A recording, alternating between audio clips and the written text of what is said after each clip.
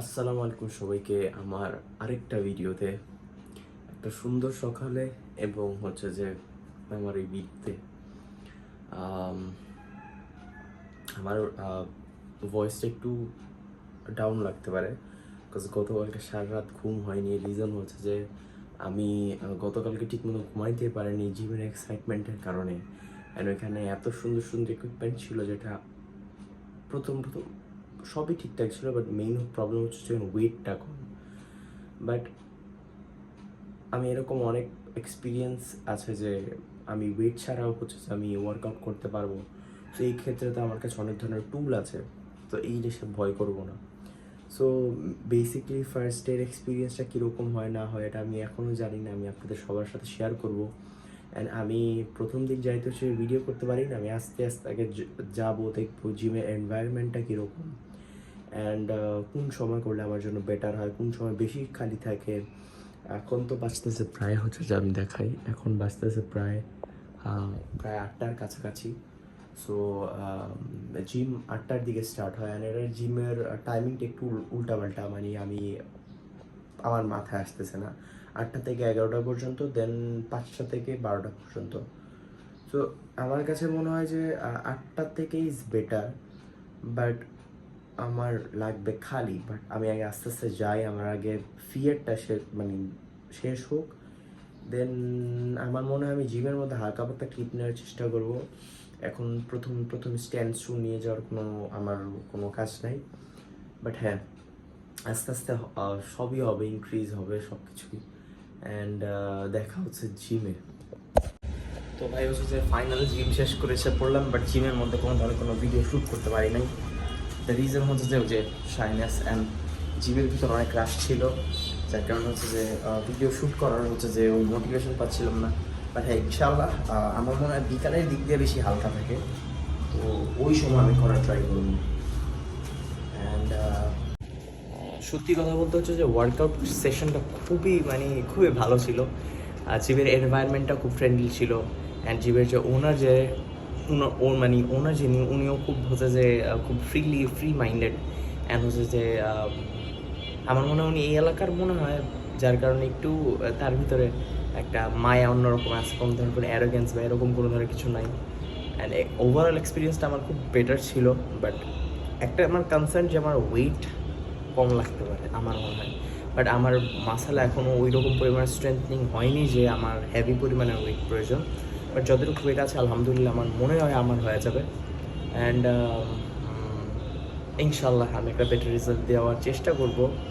আমার ভিডিওর কন্টেন্টগুলো এখন আস্তে আস্তে আসা স্টার্ট করবে, আর আমি ট্রাই করবো আস্তে আস্তে এখন একটু আমার কমফর্ট জোন থেকে বের হওয়া, প্লাস কমফর্ট জোন থেকে বের হয়ে একটু রিলেট হওয়া। বিকজ লজ্জার বিষয়টা কি, এই জিনিসটা সবার ভিতরেই থাকে, বাট আমি ট্রাই করবো এই জিনিসটা কাটায় যত দূর সম্ভব হচ্ছে যে আমি এই জিনিস থেকে বের হওয়ার চেষ্টা করবো। অ্যান্ড প্রায় 9টা সাড়ে 9টা বেজে গেছে, বাসায় যাবো। বাসায় যাওয়ার পর গতকালকে তো ঘুমই হয় নাই ভাই, গতকালকে সারাদিন আমার কোনো ধরনের কোনো ঘুম হয় নাই, অ্যান্ড এই এক্সাইটমেন্টের কারণে। বাট ভাই শোল্ডারের মেশিনটা ইউজ করার পর ভাই আমার সে এত পরিমাণে ভালো লাগছে ভাই, এই জিনিসটা বলার বাইরে।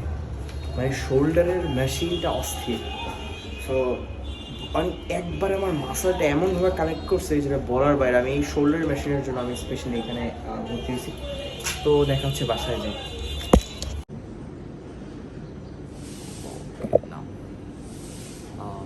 আসসালামু আলাইকুম, সরি আমি কী বলতেছি।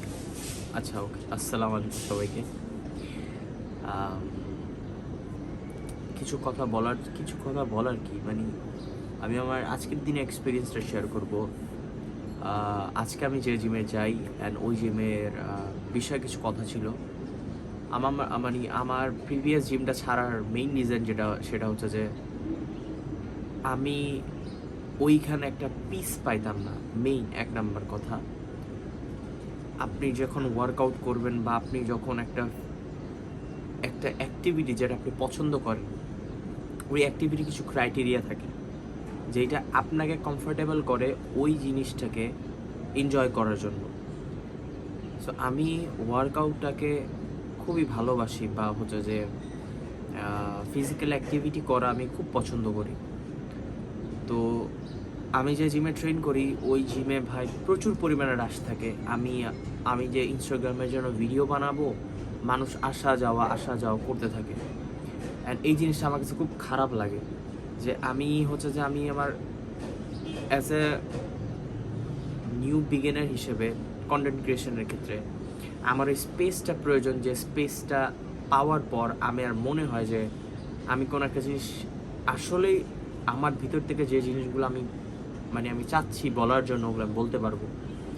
সো বর্তমানে আমি যে জিমে আজকে এনরোল হলাম, আলহামদুলিল্লাহ জিমের এনভায়রনমেন্টটা খুবই খুবই ভালো।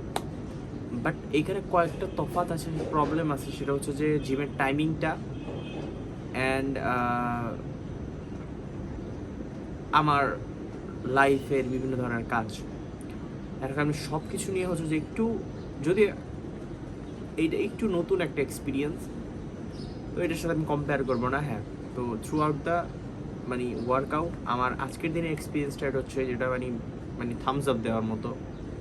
অ্যান্ড ফার্স্ট অফ অল সেটা বলার নাই, ওইখানে হচ্ছে যে আমি ফার্স্ট জয়েনই করছি হচ্ছে যে আমি এটার আগের ক্লিপে বলছি যে আমি জয়েনই করলাম শোল্ডারের জন্য।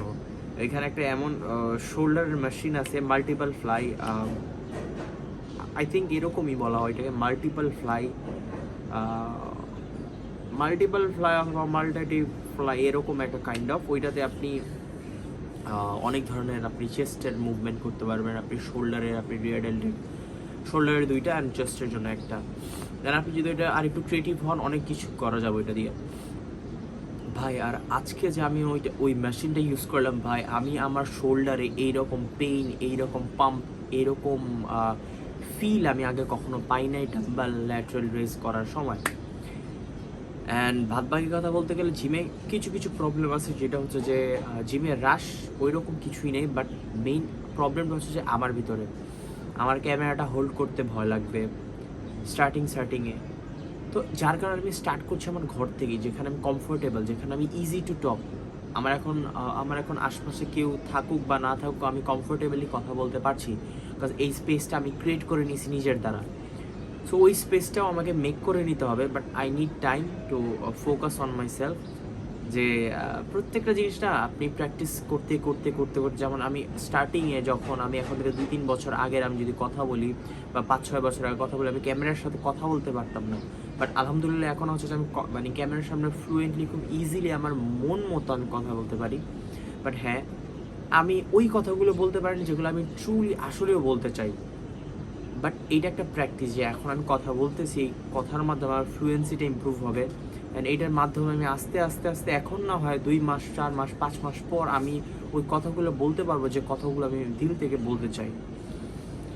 তো আজকের দিনের এক্সপিরিয়েন্সটা থ্রু আউট ওয়ার্কআউট আমার কাছে অনেক ভালো লাগছে। জিমের এনভায়রনমেন্টটাও মাস্ট।